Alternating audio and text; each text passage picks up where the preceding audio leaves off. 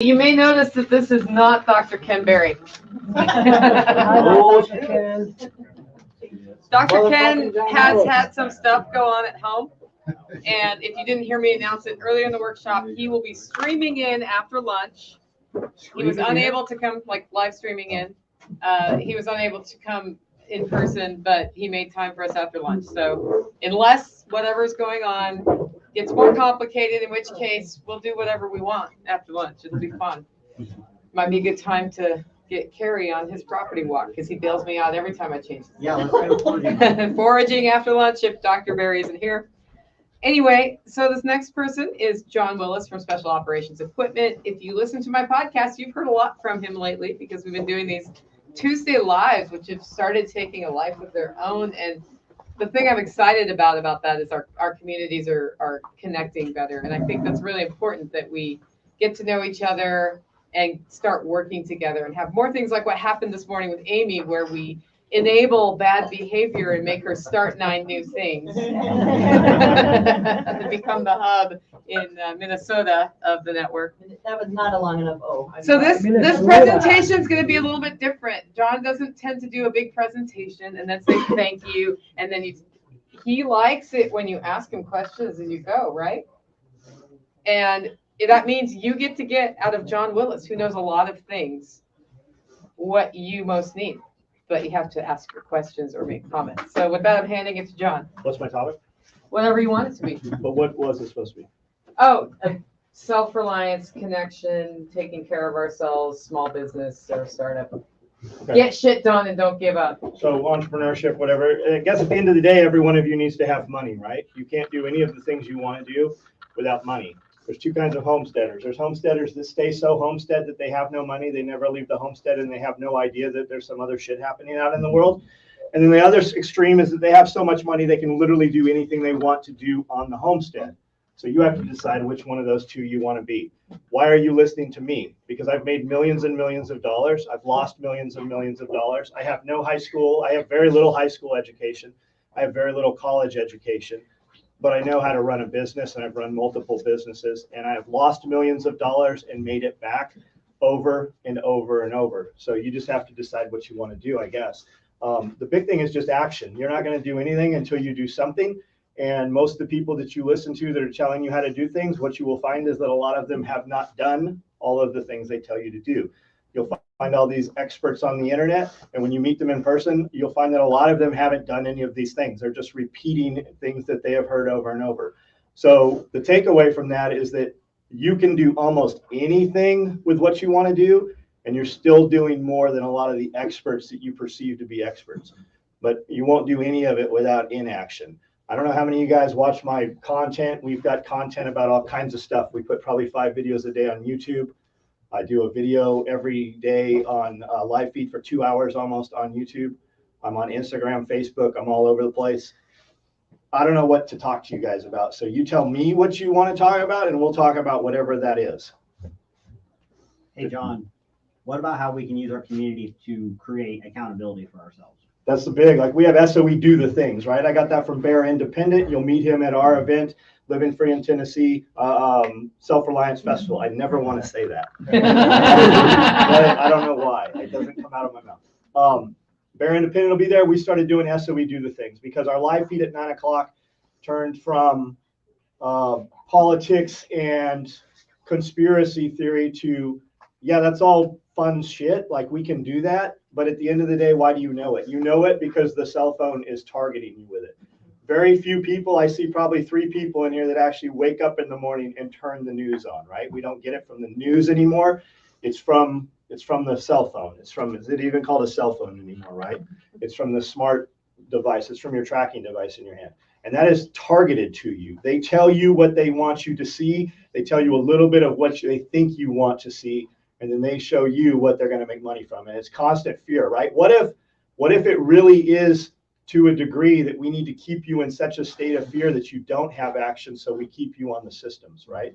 What if you really, every one of you has the ability to be happier and to have more energy and to have more productivity and have more financial freedom and have more just good relationships, right? But you can't literally, because you're constantly in the fight or flight mode, constantly. It's always targeting fear. We need to keep you scared so that you do not achieve the level you can be. Why would that be? That's because the government needs you on their systems.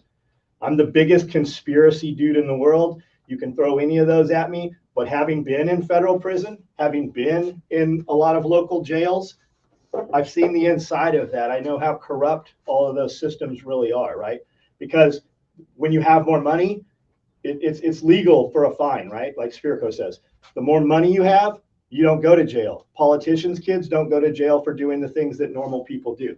I can tell you with that said, there's never been a victim to any of my crimes. Like when I've gone to jail, it's for not paying registration and continuing to drive, shit like that, stupid stuff, right? I can also tell you I haven't been in 20 years, so maybe I'm not going back. Maybe I will. My lawyer likes to point out, on the other hand, you know what the execution of a federal search warrant looks like. So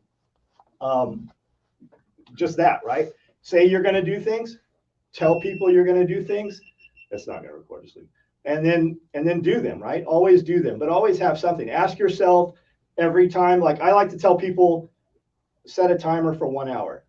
Look at your life, right? Like okay, let's say you have 8 hours. You're at work 8 hours, you sleep for 8 hours, and then you got another 8 hours. So when everybody's talking about, I don't have the time to do these things, or I don't have the time for a business, or I don't have the time for my kids to go do what they want to do, right? What's that 8 hours look like? Usually it's sitting on a couch, it's on a phone, it's on a television, entertainment, amusement. The rawest form of the word amusement is amuse. It's no thought, right? Conspire is to breathe together, amusement, no thought. So where is that 8 hours at? I like to say, look at it in 6 hour blocks, because most employees who are at work, they work less than 40% of the time they're at work. So let's just give them 6 hours. Let's just be generous and say, okay, 6 hours. So where's that other time at, right? So if you set a timer and you look at every hour, and eventually once you've done it a few hundred times, you won't need the timer anymore. But at every hour, did I use that last hour to the best of its ability? Do I have anything to show for that hour of time? What can I do better with my next hour of time? And this is for you. This is going to literally change your life. If you can lock down for 90 days and do this, it's literally actionable. Every single person in this room can do that. People pay $5,000, $10,000, $15,000 to go to these seminars and get hyped up, and I can give you all kinds of motivation. I can get you walking out of here thinking you're going to be the Karate Kid, or you're going to go get in Brazilian Jiu-Jitsu, or we're going to go into San Diego and we're going to go look at Ferraris right now, because in order to buy something, you have to visualize it, right? I can give you all of that. There's nothing actionable there. So all these people pay all this money, and you go to these, we call them success zombies. They go over and over and over and over and over, but they never do anything with it. So that is actionable. You can look at that hour of your time, and do I have anything to show for it? But back to the accountability thing. Who's your friends? If you want to see how successful you're going to be, look to just look to your 3 closest friends. Who do you spend the most time with? Who do you give people access to? Everybody's contagious. Everybody you're around, you're going to catch something from. Like you see a dude, every time you see him at work, he's telling you about a bunch of people you don't know. You don't need to be around that dude. It has nothing to do with any bearing in your life at all. Does he add to you? Does he take away from you? Everybody's contagious. You're catching something. Be aware and evaluate what you're catching from them. So those people, will they hold you accountable? Are they holding you accountable just to be an asshole? If they're holding you accountable just to be an asshole, well, that's great. I work better in that mode. I work better in negativity than I do positivity. I'll probably die sooner because of it. But when people tell me I can't do something, I'm like, oh yeah, I'll show you. And we get 100 times the productivity literally in that day than we would on any other days. If I'm peaceful and you don't see me posting shit, it's because there's not something I want. I'm not chasing something. If I have something I want, you will see performance, you'll see new products, you'll see new content, and you'll see a lot of revenue generation, because that's how I work. So the hashtag, to answer the question, we're using it as so we do the things. If you search it, you'll see tons of people. We have a couple of private groups. You have to be customers. There's certain ways to get in the group. You can't even find our groups.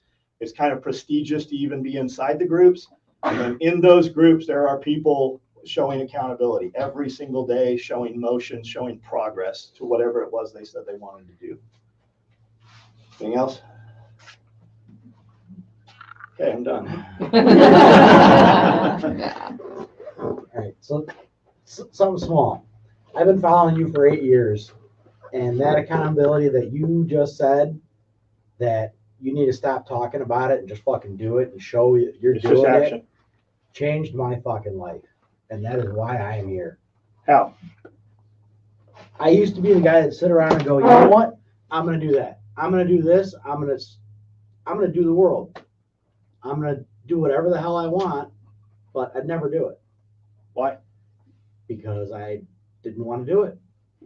And now you have a YouTube channel and a podcast I have a and a podcast Facebook now. page. We're working on the YouTube channel. We have the podcast page. There's a lot of evidence of success. Like Absolutely. I see content from you every single day Absolutely. showing that you're doing those. So it doesn't matter even, I don't think it even matters if you're doing them to make content or you're making content because you're doing them. Perpetual motion.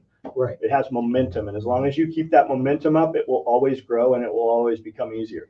I come out and talk to people, or I get on the live feed, right? Every night I do a live feed. It can be 30 minutes. It can be 2 hours. It all depends on the audience. I can stand and talk about anything you want to talk about. I cannot and will not talk about myself. So when I get on those things and they're short, I'm like, maybe we shouldn't even be doing these. What else could I do with my time? What else could I do that betters the people immediately around me and my family? Why do we build all this content? Why do I pay a dude thousands of dollars a week to sit here and put videos up if people don't reply to them? But then every time I say that, every morning I get an email. It's like, dude, I watched your video and I lost 50 pounds. Hey, I started a business. Here's a screenshot. I just made my first $10,000 week. I just had my first $10,000 day. And it's just momentum. When you have $1,000 day, it's not too long until you have a $10,000 week, $10,000 month, $10,000 day. It just scales. Once you have one, it just goes. Right. It just goes. And it's, if you're the person doing the thing, showing the thing to John Willis or sending me an email, you may feel like you're interfering with our day, but you're not. I live for that stuff. And We'd rather talk to you guys Yeah. than the asshole that I'm next to every day. Yeah. It's literally, I pay it's dudes to not come in. bragging, Yeah. and it helps you keep moving forward to do that. I'd rather talk to a complete stranger about something he actually did with proof than some dude that I'm paying hundreds of dollars to be here and work 40% of the time, right? Typically, we hire employees that come in and sew. We have a sewing shop, and then I hire guys that come in because they watch the content. People that work for me have moved from Alaska, they've moved from New York, they've come from California. We don't hire local guys. It's too easy for them in small town to go home and not come to work on Monday. We hire dudes that are into it because of what we're doing and want to be a part of what we're doing. Salatin told me, I went out and met Joel Salatin at the Rogue Food Conference.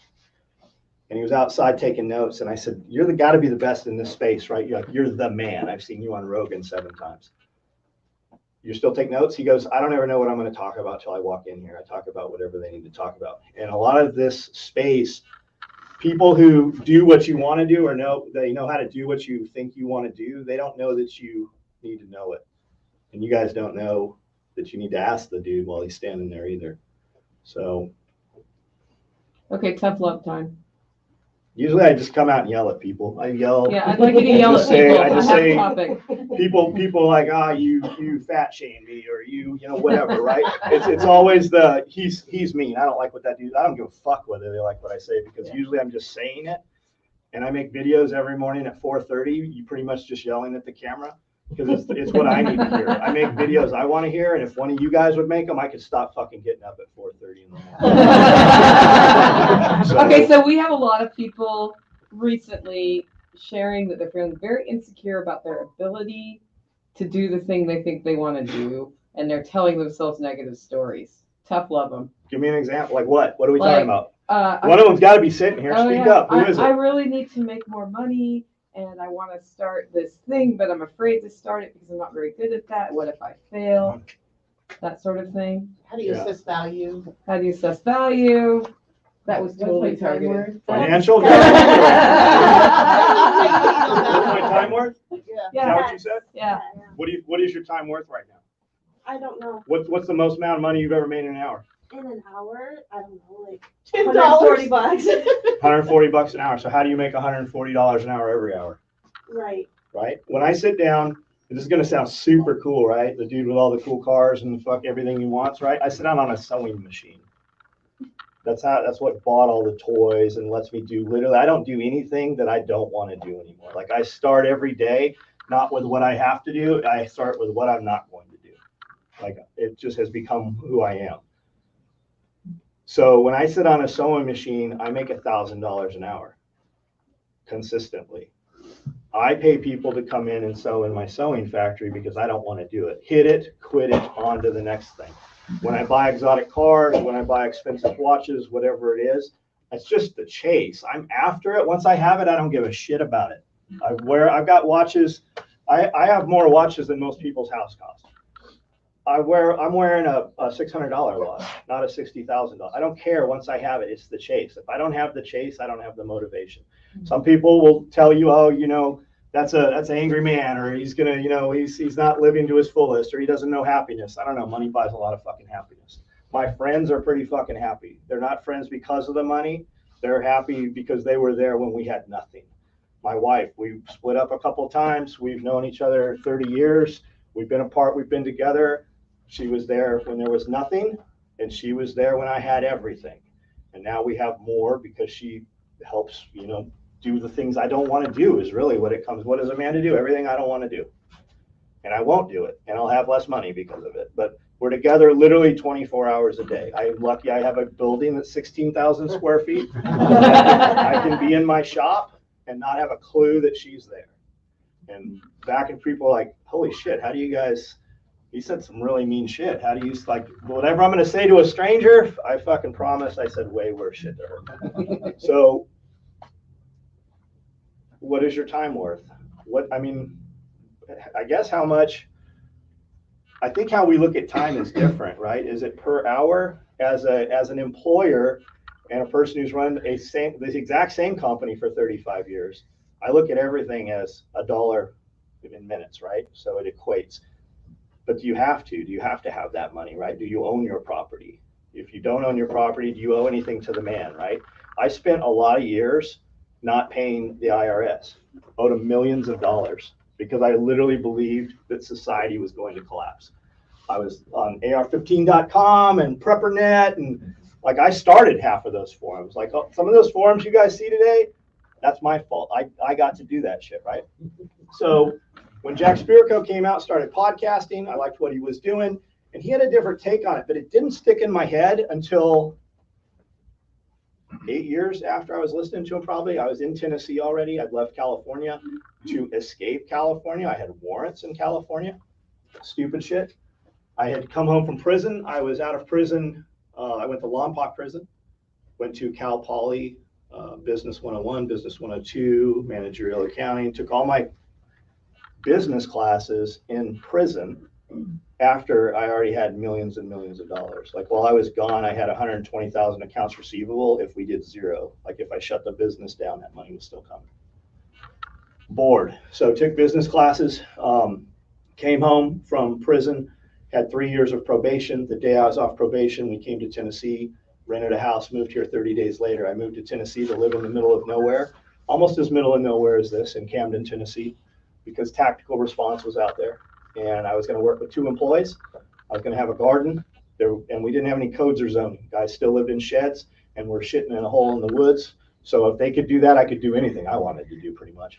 And it just kind of scaled. I wasn't going to hire a bunch of people. I had a few people, and I was comfortable. And comfort is complacency, right? Comfort leads to complacency. But I heard Spirko say, live the life you want if things get tougher, even if they don't. And I heard him say one day, he's like, all you guys held up in caves, living like the end of the world's going to collapse. And then before you know it, 10 years is 20 years is 30 years, and you haven't done anything. So I don't know why, but I bought a Range Rover that afternoon. And she's like, what the fuck are you doing? I'm like, I don't know. I'm just tired of sitting here hiding, right? Maybe it's time to not hide anymore. I knew that I owed the IRS money. I didn't know I owed them $3 million until they told me. They didn't notify me because I wasn't opening their mail, right? I had buckets full of IRS mail. So I go to my attorney, who's a pretty good attorney in Nashville, and he's like, oh yeah, you need a way different attorney. So he starts looking around, and he's like, I think I found our guy. And he goes, under qualification, he lists running with the Bulls and the Vietnam War. I'm like, all right, sounds like my kind of guy. Let's go talk to this guy. So we meet this dude in the, I go, how far are we going up this elevator after we've been in it for about 5 minutes? And he's like all the way to the top.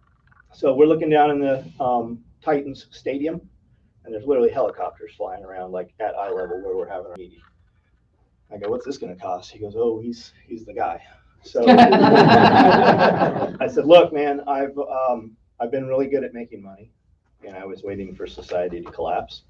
And I kept thinking, this is the year, right? Y2K. And, you know, we were ready for Y2K. Every cop and tons of military dudes were at our place. And imagine our surprise when the power didn't blink. Well, maybe it's 24 hours, right? So, like, we were ready. We were ready. And nothing happened. And You're welcome. That's that guy, huh? I go back and forth with myself whether I want that to happen. And I say that to say this, right? If society did collapse, let's just say the power goes out, right? Everybody in this room is on a level playing field, no matter how much money you have. It doesn't fucking matter how many millions of dollars and those zeros and ones that you have in there. It doesn't matter. Everybody financially is equal. And it's going to come down to your physical ability to retain those things. So how many good people do you have around you that are going to help you do that? Or is it just going to be the one person and then 3 guys are going to come up and just take all your shit, right? So I spent a lot of time hiding. I didn't have any social media presence because of it. And when I heard Jack say that, I got online and I'm like, Range Rover, right? I would listen to a lot of rap music. I want something that goes 200 on the dash. So what goes 200 on the dash, right? So I knew a Range Rover did because I heard the rap guys talking about it. So I literally bought a Range Rover and they trucked it across from a Ferrari dealership in Florida. And we had our social media presence kind of going. And this is kind of what has allowed me to do a lot of this. Yes, we sow things, but how did we get the eyeballs to middle of the nowhere Tennessee? And it's because I used people's negativity. When we would say things, I would just say things like, it's 3 a.m, I'm leaving work right now, right? And guys would be like, when I was posting a picture with a $35 watch at 3 a.m. for 8 years, nobody said shit. But when the watch became a $2,000 watch, you got some, oh, must be nice kind of shit, right? When the watch became a $10,000 watch, there was a lot more of that. So I could say things very aggressively to people, and they would say things. They would just become a train wreck because we had very loyal customers, very loyal followers. But most of those people, when I say loyal followers, they're real live people who I've met in person. We have thousands of people who literally come through Camden, Tennessee, and I'm like, what are you guys doing? Where are you headed? And they're like, we came here. I'm like, we don't have Shamu. I don't have a Ferris wheel. Like, what did you come here for? They're like, I just wanted to meet you. I started a business. We were, I just wanted to come and see you. So there was obviously something for that. It gave people access.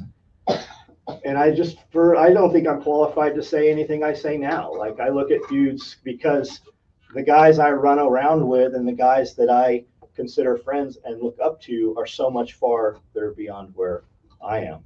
So I don't think I'm qualified to talk to people about anything, really. I've just been lucky that words come out of my mouth and sometimes people hear them, I guess.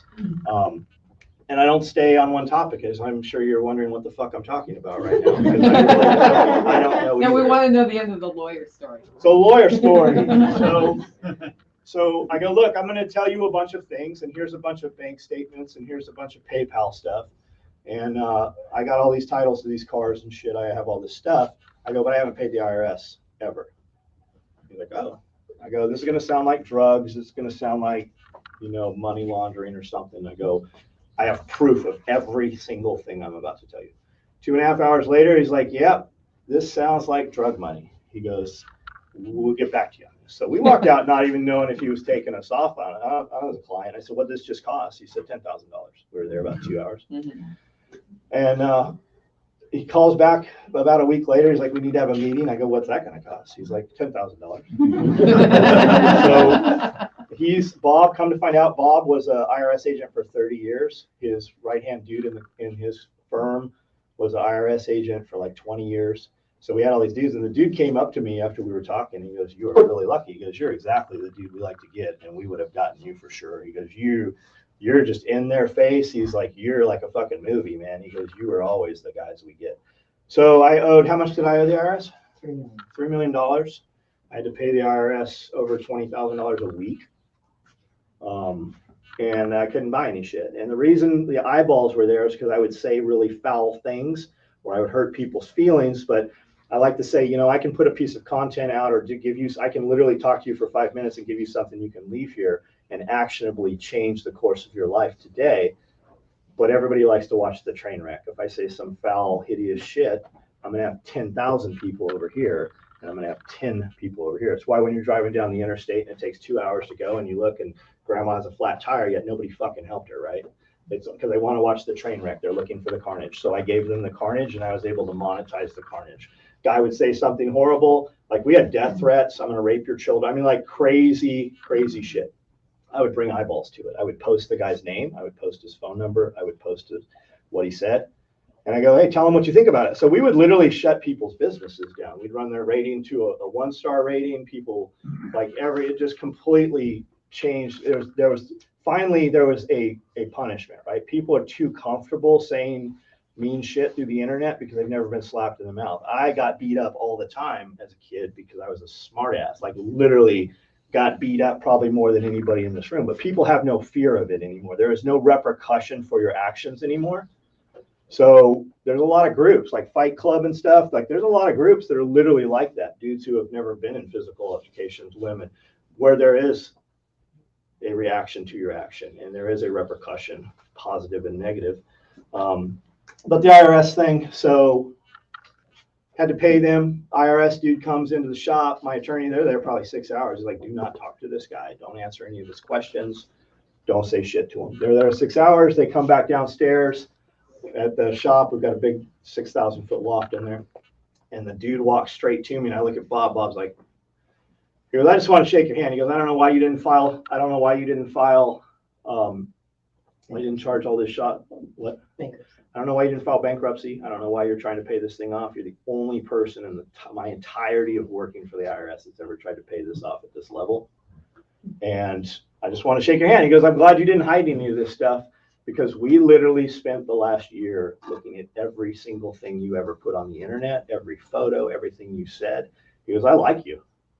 He goes, but we would have fucking had you in prison for 10 years. So we paid it. I'm still paying it a little bit. But when I was able to go and spend money and buy crazy shit, so after the Range Rover, I bought a Porsche 6 months later, wire transferred the money to Select Luxury in Atlanta. If anybody wants a car, I've got some great dudes for that kind of stuff. Bought the car, sight unseen. We went to buy, I just found a Porsche on eBay, on Craigslist. We went to a Jeep dealership in Nashville, and I was going to buy a Jeep also. Had cash in a tool bag like that bag.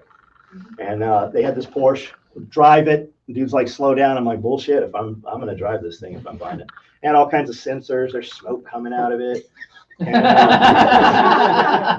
And people they have this perception, right? You have the perception that the dude has all this money. Most people that have that shit have no money. They live in, apartments and have a nice car or something. I bought that first Porsche. They wanted 30 grand for the one in Nashville. Retail on it's about 100. That should tell you something. That's a beat to shit car. And they wouldn't. I go, I'll give you 25. And the chick she was kind of mean, like the sales manager. She's like, yeah, he can put fucking 5,000 on top of that. So we go to leave, and they're like, what are you doing? I go, I heard what she said. I go, I'll buy one somewhere else. So we didn't buy the Jeep. We didn't buy the car. I got on eBay that night, found one, and the next day I called my bank manager, and they wire transferred the money on a Saturday to Select Luxury. We drove there, picked the car up, took a picture of the car as I was walking in, and I had 1,000 comments on that picture. I hope you die in that car. I hope your fucking kids die in that car. Hey, welcome to the club. Hey, come to Road Atlanta while you're in town. Hey, come join Porsche Memphis. So both aspects, but with 1,000 views on the account, I was able to put up a discount code with some of those heinous, hey, I hope you die kind of things, draw attention to them and give them a 20% discount. When I would run my discount on social media, I would make you tag whoever was saying the shit. So they would always have to remove their Facebook page. It would lock them down. And usually their relatives saw this shit. Their wives would be like, what the fuck are you doing on the internet? Their bosses, hey, you're fired. Like there was always, now there were repercussions to your words. But when I did that first car, that car was $35,000. We went to a hotel in Atlanta. We had sushi at some pretty shitty sushi place. When we got to the hotel that night, there was $48,000 in sales off of that because of the elevated reach. By the time we got home, we'd done $100,000 in sales when we got home on Sunday. 6 months later, I bought a Porsche Panamera, same place, same fucking deal. Took a picture of the car, thousands of comments, went in. I'm just signing paperwork, talking to a dude about, he owns a llama farm. We're not doing any business. I'm just signing shit. And I'm like, how do you make money in the llama farm? He's like, well, we grow Christmas trees and I have this manor house and we have school kids come here and we do pumpkins. So, multi-diversity kind of home farm stuff. So same thing, ran a code, made 120,000 that night and 200,000 in sales. The car only cost $100,000. So there's always a perception.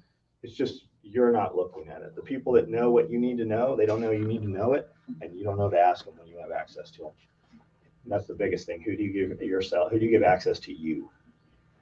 People come in, like your buddy ever call you up, like, hey, what are you doing this weekend? You know he's going to ask you some shit you don't want to do. I don't know, but not what you want me to do.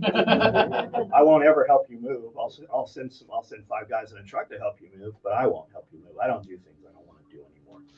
I only do things I want to do, and I'm lucky that I do the things I do. I did them for free for a long time. When I was learning how to sew, we'd be out diving in La Jolla at midnight. And I'd be in a hurry to get home and make something to hold the water bladder on the side of the tank. We'd be skiing in Big Bear. We'd be riding dirt bikes constantly. What can I do, right? I always wanted to get home and build and create some things. So I did it for free for a long time before I ever got paid to do it. And it just kind of took off from there. Like when I started sewing stuff, a buddy of mine, my cousin was going through BUD/S. He was going to SEAL training. Met this guy that had some stickers. Somehow he knew he was somebody. And turns out he was a battalion reconnaissance rigger. And he made some gear. And we were going to, originally special operations equipment, we were going and buying a space at a swap meet in San Diego, which is very different than anything here. Flea markets in big cities take days to see. And we would go in there at 6 o'clock. We would buy a space so we could get in there before the place would open. And we'd go around to the women who had all the cool shit we want because they were selling off all their husband's stuff. Divorce, whatever. So we were buying dive gear, camping gear, bows, archery stuff. And then we would take them, and sometimes we would sell them at that right there that day, but we'd take them to gun shows. So we'd go to gun shows and we were printing t-shirts. My sister and I took a picture of her, I and my cousin, jocked up in some gear and put it on a shirt and said special operations equipment. And we sold thousands of those things. People just, SEAL team, whatever, right? We had airsoft guns. Took the photo black and white. It was called 386 line reversal. So they'd reverse the negative, but we could put like a legit photograph, white ink on a black shirt. And we were selling them back then for $10. And I made tons of money doing that. And then we made money, but I spent every dime I made ever at the gun show. I'd go and buy things I wanted and never did anything. So I never put the money into the company, right? If you can lock down in your company for 5 years and not buy any toys, that's the difference between making millions of dollars a year and making under $1 million a year. If you 5 years is that threshold, if you can bear that, work some job to pay your bills or have your bills paid for 5 years, if you can do that, it's going to be millions a month instead of almost $1 million a year. Nicole, can I? Yeah, Yeah. anybody can. Well, have you run a cannonball run? I have not. No, I haven't. And the gumball rally, Do you want to? yeah, Because I've been really looking for someone to run it in a push take can because if no one's Do you ever have a run it- take can? No, but I think that's why I'm asking you if you want to run it in a push take can because no one's ever run it in a take can, and I want to beat the electric. You know Ed No, Bolian, No. Finwicky? no. Okay, well, my buddy's the top salesman for Porsche, so we could probably put that together out of The thing is- Nashville. But so we would obviously you film the whole thing, but you can't post it live. You post it afterwards. You'd make the money back. Obviously, it seems like you would. So are That's- you putting this money up or am I putting this money up? I don't make money off of my social media, but I just want to run it. But the reason I bring it up in this room is that we need cop watchers down the whole route. We have those.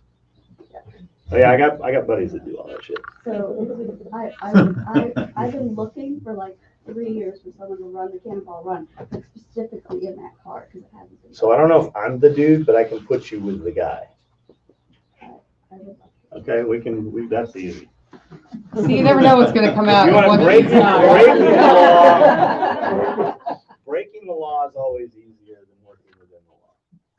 And people get so stuck on allowed versus able. Think about how many things you do every single day. Like what's the biggest frustration? I don't need an answer. What's the biggest frustrations in your life? And what are they caused by? And most of them, if you're operating in the mindset, it's government, local government, it's politicians really, it's bureaucrats, right?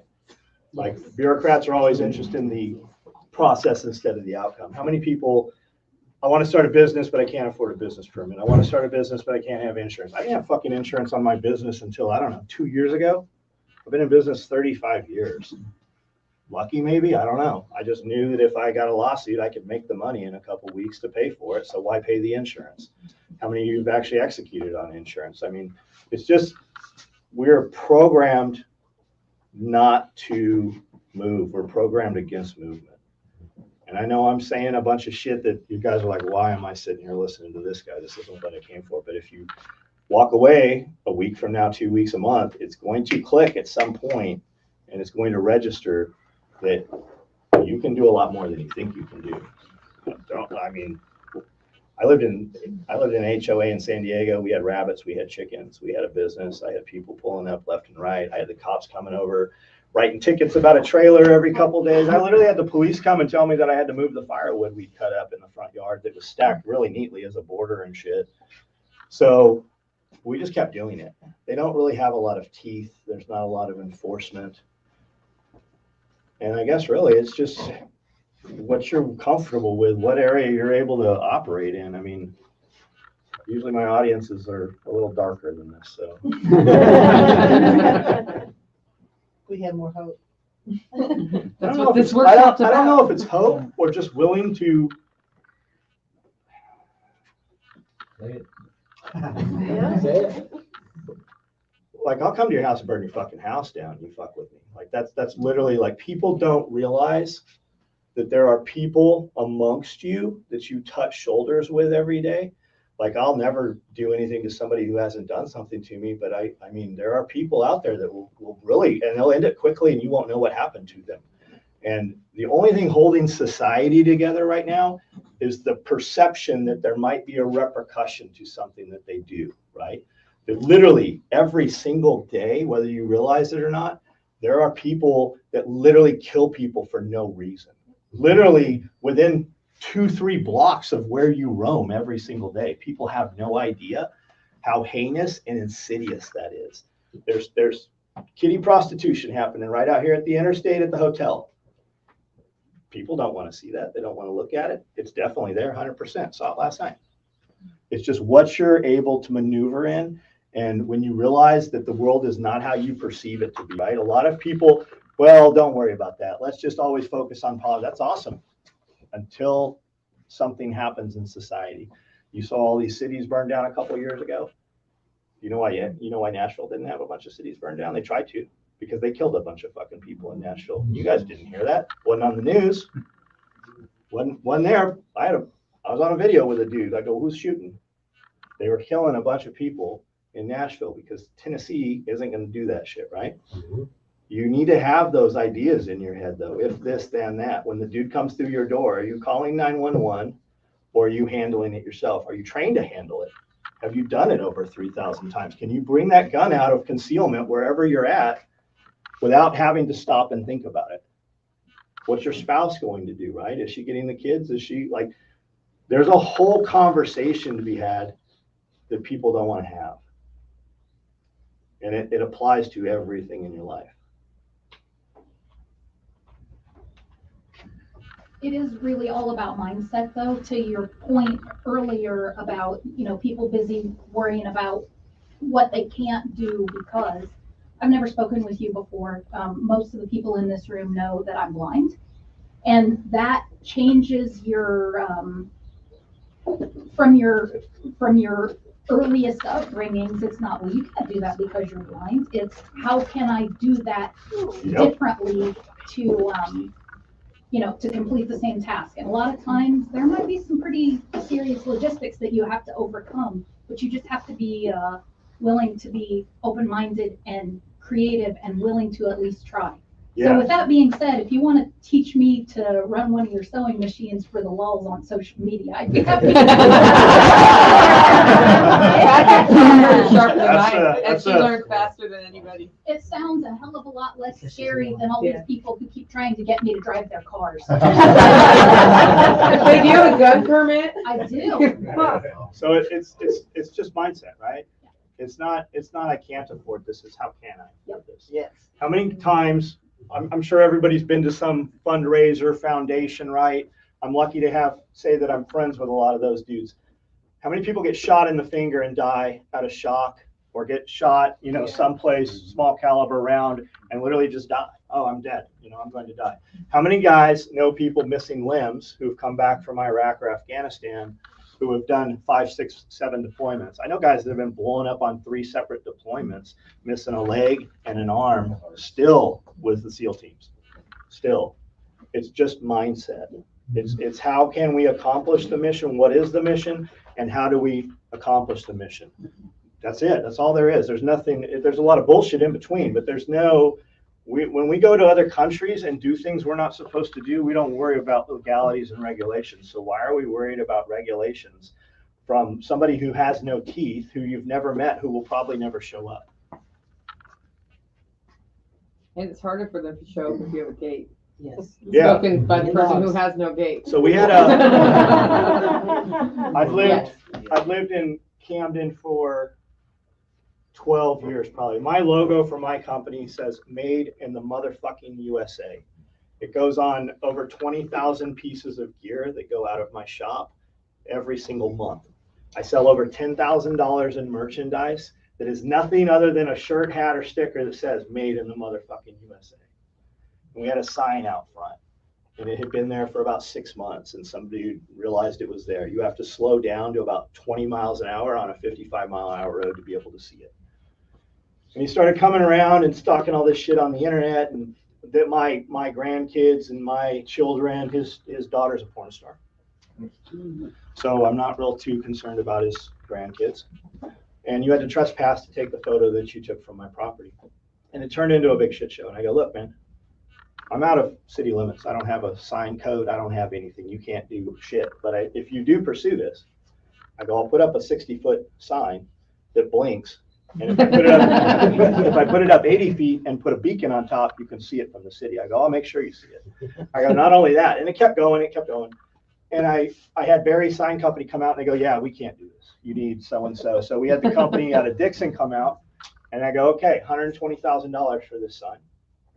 I'm not going to pay a dime for it. I'm going to crowdfund it. I'm going to have this thing. And literally when I said that, dudes are like, I'll put up 500. I'll put up 1,000. So just in there, before we even did a GoFundMe or anything, we would have had it paid for. So just small town politics stuff is really what I'm talking about, though. A guy, I don't know what even set this up, but our tax assessor, we got some new tax assessor in town. And in our town, what do you think property tax is, right? It's real estate, right? But in a business, it's not. It's everything that you own. So they want to assess this, right? They want everything. I had an old building up the street it's really a storage unit full of projects I started and haven't finished, and they want to assess it. And every year they assess this. And I tell my attorney, I'm like, Dana, man. He goes, John, they want $1,200. Just pay it. Just pay it. Like, you're going to pay me more for the conversation. But this dude shows up at our shop, and I have a whole big upstairs. And he's like, can I look upstairs? I go, oh, no. What? I go, you don't have enough guns. He goes, what? I go, you better come back with fucking more guns, because you don't have enough guns for me to allow you upstairs. I go, check it out, man. You just got this job, right? He goes, yeah. But we ever met? I go, I've lived here 15 years. We ever met? He goes, no. I go, that's because I keep to myself. I go, I stay here on my property, and I don't fuck with what you do on your property. I go, but I will spend. I go, if you're here, you have some kind of idea of what I do and what I can do. I said, I'll spend every dime I have this year to make sure you don't have this job next year. I said, go someplace else. Don't ever come back here in this capacity again. I go, we can be friends. We can help each other out. I go talk to the sheriff and ask him if you should come back out here. And we haven't seen that dude in 3 years. He's never come back. It's just because people aren't willing to say no, and he's never dealt with somebody who will hurt you. I don't ever have to hurt anybody. I'm fucking one of the smallest dudes in this room. It's just the ability, though. It's just the willingness. And you guys all need to operate as though everybody can hurt you, even the people you think can't.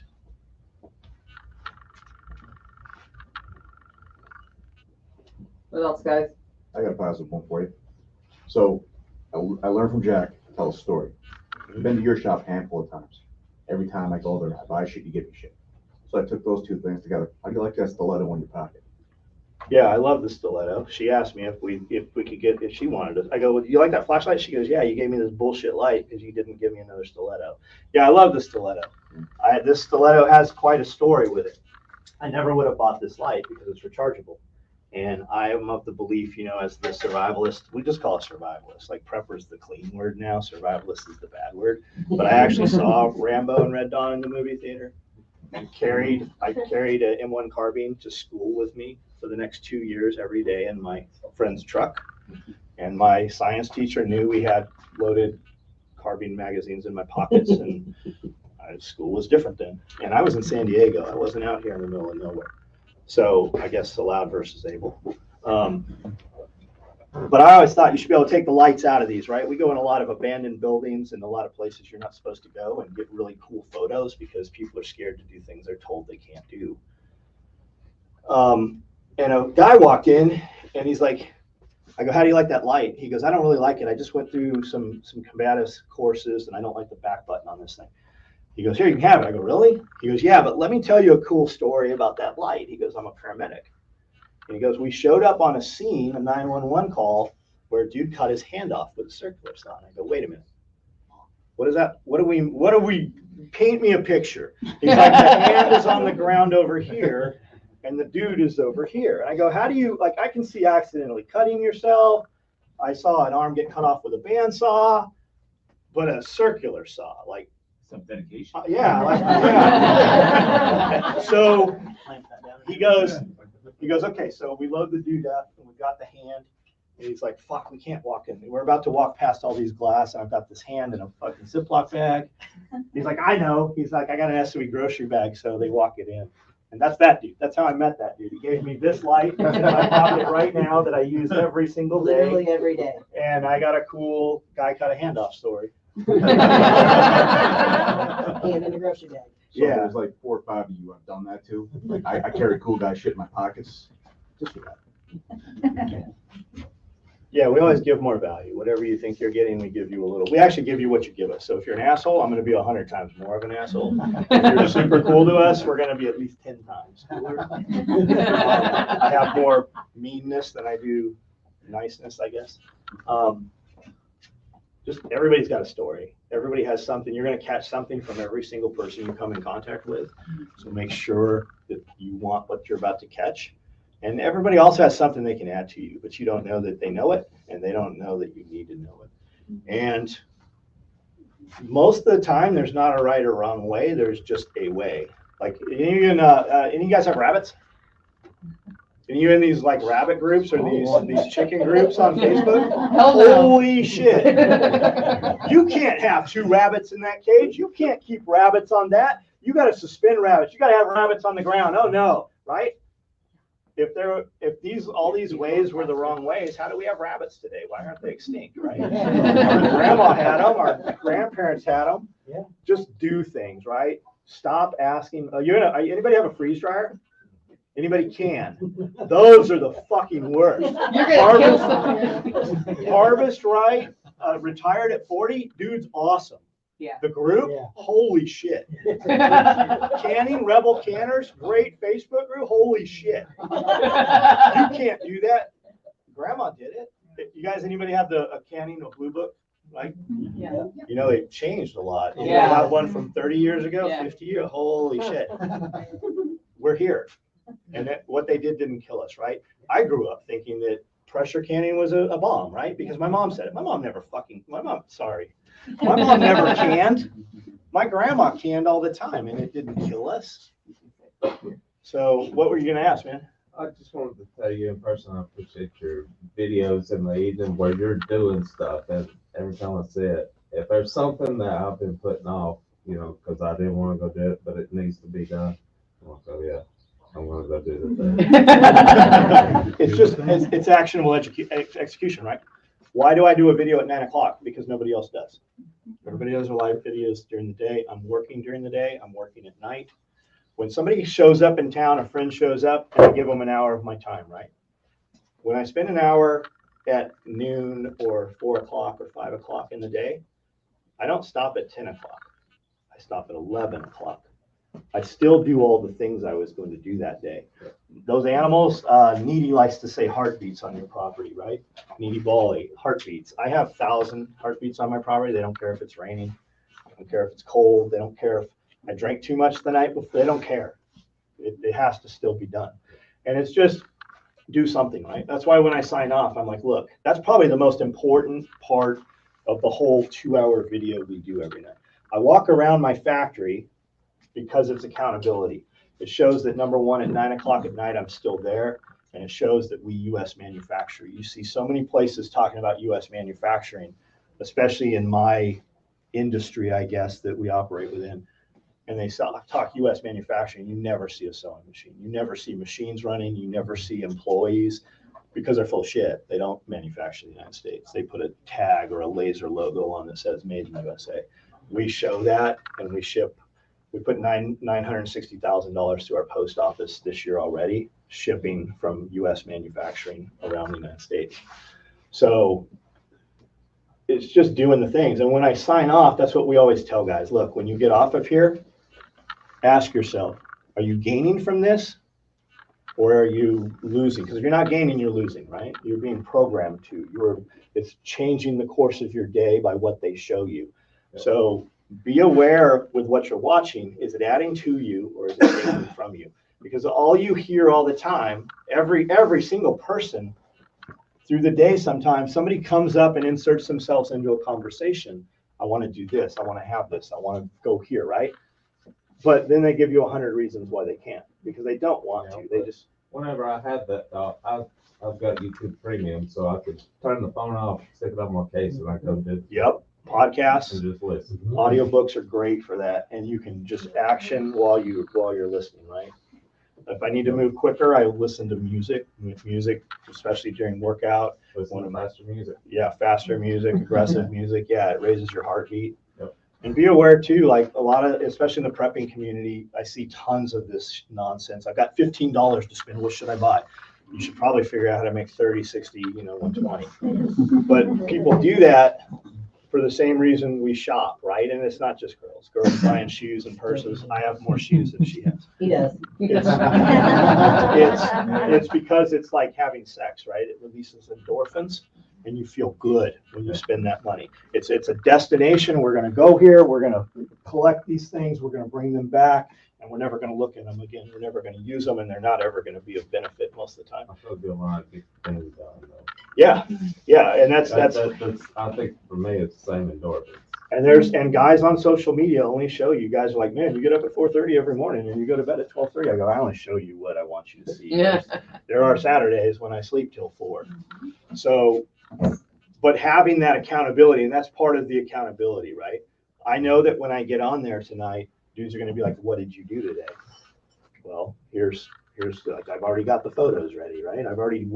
There's literally days I don't want to do shit and I go do it so that I can tell people when they ask me. So how am I going to tell them what they should do if I'm not doing it myself? And I think that's the big thing. There should be evidence of success for all of those people that you can take some piece away from people, but there's a lot of dudes out there, especially in this space, in the tactical space especially, that are telling you all these things, and when you go there, it's all horseshit. Show up, and don't show up Saturday, Sunday. Show up there on a Tuesday and see what's happening. Like these dudes, they don't live on the properties. They're not homeschooling. They aren't off the grid. They live in a park. Like there's crazy shit going on. But we have this perception that we want to do these things, and be aware, like even if you're doing less than those guys you're watching, a lot of those guys aren't doing what you think they're doing.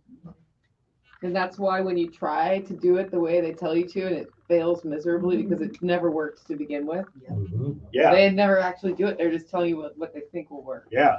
Like this, there's a dude supposed to be the pig guy, right? Perma-pasture pigs and does all this stuff. And we got a buddy that really does pigs, like trained. And like he met this, they're gonna kill this pig, and he's like, how many of these pigs have you killed? He's like, oh, I killed a couple. He's like, oh, I thought you killed hundreds of these pigs. Like this dude had not a clue. And he's like one of the top dudes. It's just be aware. Just be aware. Like, don't ever think you're doing too little, or well, always think you're doing too little. You can always do more. don't think. You know what I mean? Like, just because the dude that's supposed to be the premier in the space, it took him time to convince you he was that. You know. No, that's why a lot of us are here, is because there's legit people here. You call. So actionable accountability, right? Actionable evidence of success, and that's why, like. We do parties at my place, and they used to be huge parties. We have 1,000 people, 900 people show up, literally from around the world. Japan, Finway, Norway, Sweden. Every time we would do one of these, we'd have dudes that didn't speak my language. I'm like, where the fuck are you from? I go, what are you here for? You taking classes at TAC? And they're like, no, we came to SOE because of the party, right? We'd have rock bands come in and food trucks, machine guns. We have tons of these things go on. So when COVID happened, they started talking about lockdowns. And my plan was, you don't have enough guns. You better come back with more people. You better get somebody from out of this town because we're not shutting down. We went and bought 3,600-pound concrete barriers. We put in 40,000 of fencing. We doubled our lights, extra camera systems.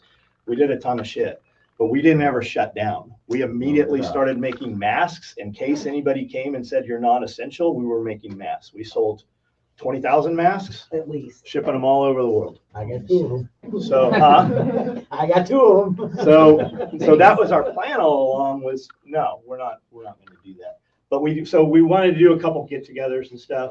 I was kind of watching all these people come in and out of town from TAC Response. James was still running classes and nobody was dying. I'm like, they probably should have died already. What's going on over here? Nobody died. So we just kept doing business, and I just started saying, hey, we're going to have a get together where we're not going to have a lot of food trucks, no machine guns here. But if you want to come and hang out, come hang out. And we had 250 people show up twice with zero promotion, no money behind it, nothing. They showed up like we didn't even have pizzas. I'm like, holy shit, this is a lot of dudes here. So, all right, you're here. What do you want to do? Like, people always like, I want to hang out. I'm like, I don't hang out. You want to hang out? Come to one of the events. Like, that's the only time you're going to see me sit down and actually have a drink and talk to you about stuff that's not this, right? So they all showed up. And what they wanted to see was the aquaponics. They wanted to see the chickens. They wanted to see the rabbits. They're like, you guys are really interested in this stuff. Like, so I spent 16 hours walking around chasing these guys and just spending as much time. And this is how I talk all the time. This is exactly what you'll get at midnight if I'm talking. So I move around a lot. And she's like, you look fucking beat. I go, I am. I don't know what happened to me. And she's like, you look really tired. So that's what it was. People, I give them that energy and I give them that time. And if a dude comes from Japan to my compound, we're going to talk as long as that motherfucker wants to talk. Like, he flew out here to see us. So when we go to a trade show and my new guys are there, they're like, what should I expect? I go, get ready, performance, like game face, right? They're like, what do you mean? I go, you'll see. And that's what we're here for. We're here to talk to our customers as long as they want to talk about anything they want to talk about. And until that dude stops talking, you're not done. So we did a few of those. We did 2 of those things. And then Nicole Steele, and I said, hey, I think that there's really something here, right? Jack can only get 30, 60 people on his property. We already know we can get 1,000 on ours. I go, let's do it. And she goes, what do you want to do? I go, not really this, right? I don't, it's not my thing. I got all the guys and stuff. I go, but homesteading, what I found is both aspects, right? You've got dudes that never leave and you got guys that can do whatever they want. I go, how do we bring the money guys together with the other people so that they can all do business together, right? And how do we bring the tactical guys? Like, we started marketing to the overland community because our market was just inbred, right? I have tactical response in town. James has 1,000 students, 7,000 now a year come through. And I have overlapping customers and I want their 1,000, let's say they have $1,000 every year to blow, right? They can train, they can buy bullets, or they can buy gear. I want all of it. James wants all of it. So we started marketing to guys that had Jeeps and Toyotas, and we bought Toyotas that year. And what we found was every dude that owns a Toyota truck has a gun, but very few of them train. So we can get them into our gear and expose them that to community and bring in fresh blood into the community. How do we merge them? And that's kind of what I want to do with our thing. We have a lot more people show up. We have people show up that are my longtime customers that have no idea about homesteading, that now all of a sudden are buying complete farms. Trisha, buying a whole damn, she's in town right now. She's going to be staying at my place for like 3 weeks. You're going to be exhausted. I know. You might. I'm always exhausted. It's Buy that fine. melatonin. You're going to need some chemicals to bring you up and some chemicals to bring you down. But it's just merging them, right? Just merging them. And you never know who your best asset's going to be. It could be totally the guy your first perception of, like, I don't need to talk to this person at all. And that might be really the 1 second on the hand of the clock that's the deviation. You're moving at 12 o'clock, and then at 12:01, 5 miles down the road, you all of a sudden don't see each other anymore. That could be that slight deviation that takes you exactly where you want to be, and you didn't know you wanted to be there. So I don't know. Hopefully some of that sticks somewhere. John, you got How a do you question? pick your next project? Or how do you pick your next I don't. project? It's organized Just chaos, man. whatever it You mean comes what up we're with. building tomorrow? Or like, yeah, how do you come up with, let's make a small tack rig, let's make a big tack rig? So guys are constantly like, what are you running tomorrow? I go, the real answer is whatever I think I'm running tomorrow. It's not going to matter, because at 1 o'clock this morning, I'm going to have an email from some .gov, .socom, .fbi, whatever it is. The guy that squeals the loudest a lot of times gets the best help. A lot of times he also gets crushed. I build stuff now, really for about the last decade. I build stuff just because I want to build it. And I'm just super lucky that guys want to buy what I'm really stuck on that. I don't do anything I don't want to do. Been working like leather and stuff. I walked into an Oakley store right after we moved to Tennessee like 15 years ago. Cool camouflage, a lot of metal, industrial shit, looked really neat, lifestyle. And I, as a dirt bike guy, you know, I'd always heard they sold out, right? They went corporate, right? No Fear or Life's a Beach is in JCPenney's now, or, you know, Walmart or whatever. They're not the hardcore guys. Well, yeah, they don't hate money, right? Jesse James made all his money selling shirts in Walmart. So just kind of that. So I just kind of build things that I want to build now. The Oakley thing. I said we should do lifestyle stuff. And as soon as we started making wallets, we made triple the income, right? Everybody wants a $700 NSW chest rig, and we got a couple thousand out there. But the seals, how many seals are there today ever actively operating? 300 maybe. So they get them, a sister platoon gets them. Guys buy them because they want to weave a story to their wife, whether she accidentally sees it in the trunk. Walter Mitty, there's a lot of that. And then guys that just buy them for in case. But when we started selling $25 wallets, the money went up. When I started selling t-shirts, as long as you have eyeballs, you can sell merch. I make more money on gummy bears every year than I make doing what I really make. I buy gummy bears for $1 a pound, and I sell them for $10 a pound. Sorry. It's still in there. So if you got eyeballs, you can always sell stuff. What are we building? Whatever we want to build. And we just, right now I'm using scarcity marketing. So if you don't know anybody know what Supreme is? Supreme clothing. Okay, so you got these guys that do these pop-ups in New York and stuff. They show up with a $3 t-shirt that's printed, it says Supreme on it. They sell them for $45. People kill and stab each other over these things. The secondary market is where it's at. They take them on eBay that night and sell them for $1,000. Hype Beast, that's like, it's probably a much younger genre that I'm talking about. But how do I sell every single thing I make in under 2 minutes? Because if I can sell 100, I only make 75 of them. Hit it, quit it, on to the next thing. We spent COVID building 48 chest rigs every single day for 2 years, sold every one. We built 48 because that was our capacity. That's what we could build. Dudes right now are like, hey, we need to build chest rigs. You just had 2 years to buy a chest rig. Why didn't you buy a chest rig? I've got backpacks today. And we're constantly back and forth so that we don't ever oversaturate our market of income. So I don't know. I do the leather stuff because I like it, and put the stuff on it. Anytime I sew, it usually takes me about 2 hours on a project. I never put them for sale. We always auction them off. And then you have thousands of people watching the auction. You've got about 100 bidding of who are really 4 or 5 people are really viable, real end buyers. But it drives it, right? So we auction off at anywhere from $2,000 to $2,500 every time we do it.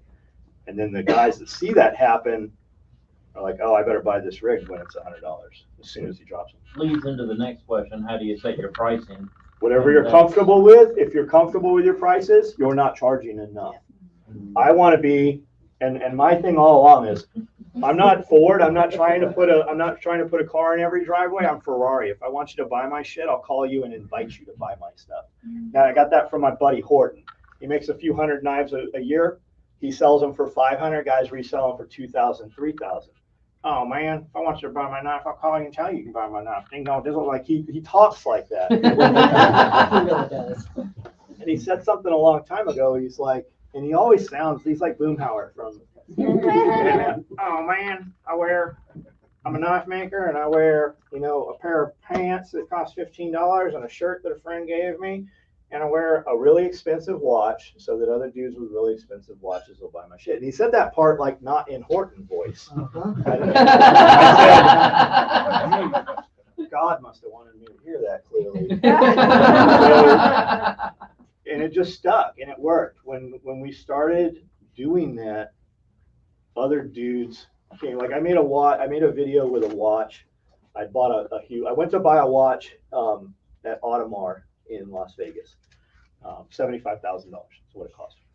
And we walked in with a couple dudes with a video camera, and the dude immediately like, you can't film in here. We're owned by Louis Vuitton. I go, we film in Louis Vuitton all the time. If I'm about to give you $75,000 in cash, I need to be able to video this. And he goes, you can't. So I'm like, okay. So we went to Hublot, and I bought 3 watches from Hublot, and we videoed it, and they pulled out all kinds of stuff. Because of that video, this guy hits me up on my video, and he goes, hey, I collect Hublots. I would like to buy one of those. Where can I get one? I'm like, if a guy's asking about this and you don't know where to get it, he's not. It's just some bullshit. And I answered him. I said, hey, my friend Robert Baum in Las Vegas Hublot can help you out. And he came back. He's like, hey, I just bought one. Thank you, my friend. What's your address? I want to send you a gift. So a couple of weeks later, these boxes show up from United Arab Emirates. And they're wooden boxes, and they've got residue on them. I'm like, this motherfucker sent us a bomb. Like,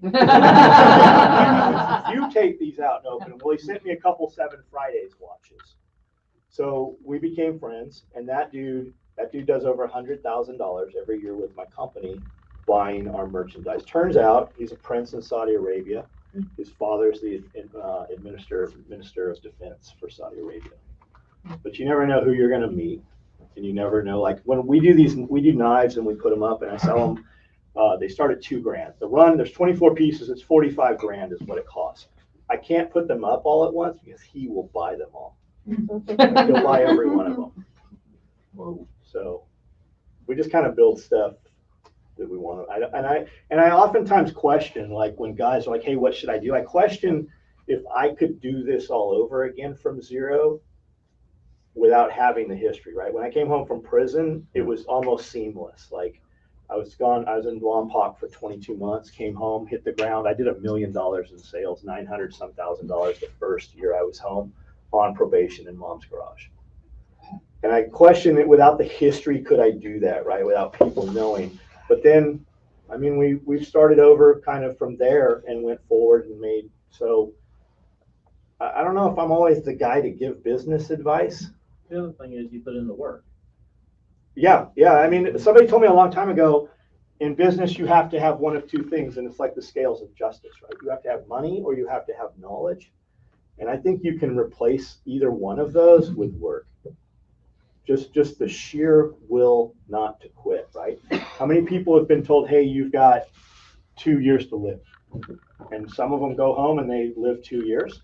And then other people, 2 weeks to live, and then all of a sudden they go home and instead she's like, no, I like goats. I'm going to buy some goats. And now 10 years later, she's a huge YouTube channel and she didn't die, right? It's just what you're willing to accept, I think, a lot of times. Just sheer willingness not to quit. Awesome. We're at time, guys. So thank you, John.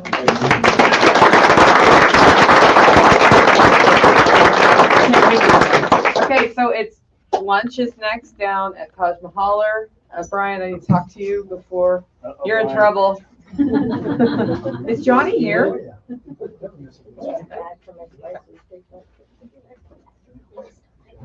That's fine. Go to lunch or you can mob John Willis and talk to him after his talk. She's also doing.